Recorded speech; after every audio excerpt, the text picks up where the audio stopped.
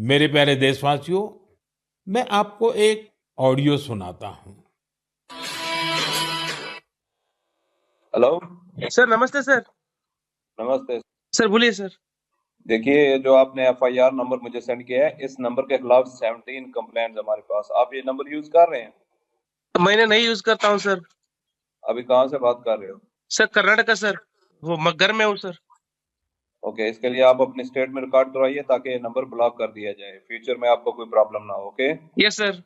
अभी मैं आपको कनेक्ट कर रहा हूँ, ये आपका इन्वेस्टिगेशन ऑफिसर है। आप अपनी स्टेट में रिकॉर्ड करवाइए ताकि ये नंबर ब्लॉक कर दिया जाए। Okay, yes sir, yes sir, yes sir. अब बताइएगा मैं किसके साथ बात कर रहा हूँ। अपना आधार कार्ड मुझे शो कीजिएगा वेरीफाई करने के लिए, बताइएगा। सर मेरे पास अभी नहीं है sir Aadhaar card sir, please sir. Phone आपके फोन में है? नहीं सर। फोन में आधार कार्ड की पिक्चर नहीं है आपके पास? नहीं है सर।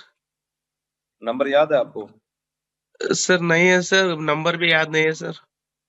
हमने सिर्फ वेरीफाई करना है। ओके, वेरीफाई करने के लिए नहीं सर। आप डरिए ना, डरिए ना। अगर आपने कुछ नहीं किया तो आप डरिए ना। हाँ सर, हाँ सर। अगर आपके पास आधार कार्ड है तो मुझे दिखा दीजिए वेरीफाई करने के नहीं लिए। सर, नहीं सर, मैं गांव को आया था सर, घर में है सर। Okay, coming. जय हिंद। इस व्यक्ति के वन साइड वीडियो का रिकॉर्ड करो as per the protocol. Okay, ये ऑडियो सिर्फ जानकारी के लिए नहीं, ये कोई मनोरंजन वाला ऑडियो नहीं है। एक गहरी चिंता को लेकर के ऑडियो आया है। आपने अभी जो बातचीत सुनी, वो डिजिटल अरेस्ट के फरेब की है। ये बातचीत एक पीड़ित और फ्रॉड करने वाले के बीच हुई है। डिजिटल अरेस्ट के फ्रॉड में फोन करने वाले कभी पुलिस, कभी सीबीआई, कभी नारकोटिक्स, कभी आरबीआई, ऐसे भांति भांति के लेबल लगाकर बनावटी अधिकारी बनकर बात करते हैं और बड़े कॉन्फिडेंस के साथ करते हैं। मुझे मन की बात के बहुत से श्रोताओं ने कहा कि इसकी चर्चा जरूर करनी चाहिए। आइए, मैं आपको बताता हूं ये फ्रॉड करने वाली गैंग काम कैसे करती है, ये खतरनाक खेल क्या है। आपको भी समझना बहुत जरूरी है, औरों को भी समझाना उतना ही आवश्यक है। पहला दाव, आपकी व्यक्तिगत जानकारी, वो सब जुटा करके रखते हैं। आप पिछले महीने गोवा गए थे, है ना? आपकी बेटी दिल्ली में पढ़ती है ना? वे आपके बारे में इतनी जानकारी जुटा कर रखते हैं कि आप दंग रह जाएंगे। दूसरा दाव, भय का माहौल पैदा करो। वर्दी, सरकारी दफ्तर का सेटअप, कानूनी धाराएं, वो आपको इतना डरा देंगे, फोन पर बातों बातों में आप सोच भी नहीं पाएंगे।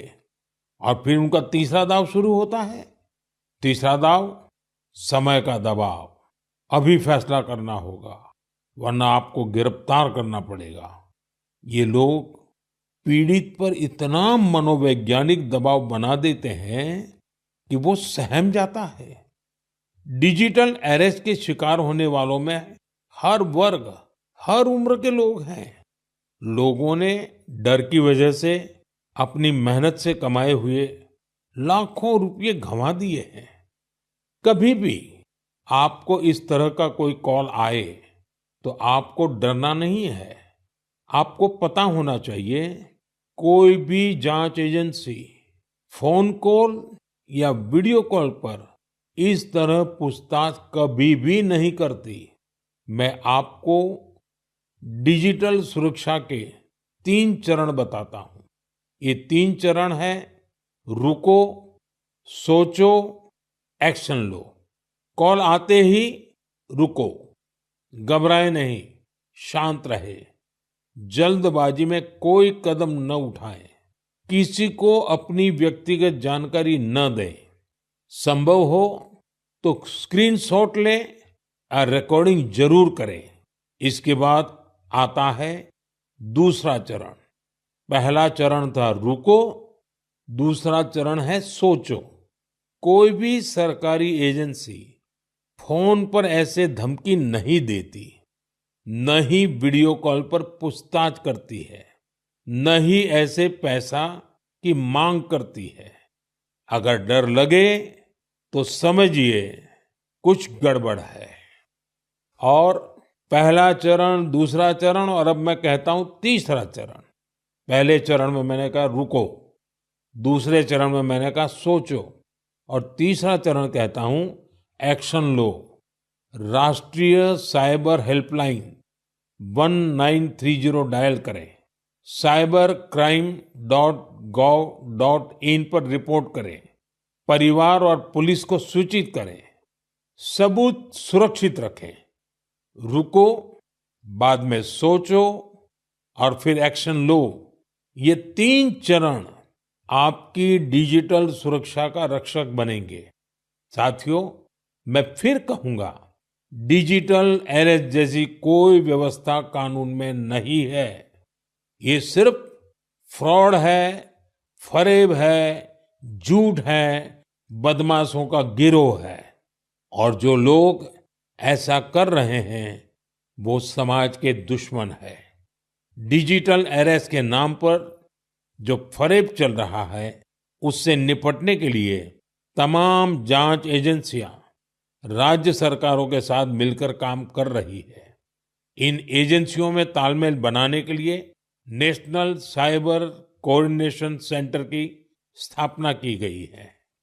एजेंसियों की तरफ से ऐसे फ्रॉड करने वाली हजारों वीडियो कॉलिंग आईडी को ब्लॉक किया गया है। लाखों सिम कार्ड, मोबाइल फोन और बैंक अकाउंट्स को भी ब्लॉक किया गया है। एजेंसियां अपना काम कर रही है, लेकिन डिजिटल अरेस्ट के नाम पर हो रहे स्कैम से बचने के लिए बहुत जरूरी है हर किसी की जागरूकता, हर नागरिक की जागरूकता। जो लोग भी इस तरह के साइबर फ्रॉड का शिकार होते हैं, उन्हें ज्यादा से ज्यादा लोगों को इसके बारे में बताना चाहिए। आप जागरूकता के लिए #SafeDigitalIndia का प्रयोग कर सकते हैं। मैं स्कूलों और कॉलेजों को भी कहूंगा कि साइबर स्कैम के खिलाफ मुहिम में छात्रों को भी जोड़े। समाज में सबके प्रयासों से ही हम इस चुनौती का मुकाबला कर सकते हैं। लेटेस्ट न्यूज अपडेट पाई www.nowodisha.com को लॉगिन करंतु।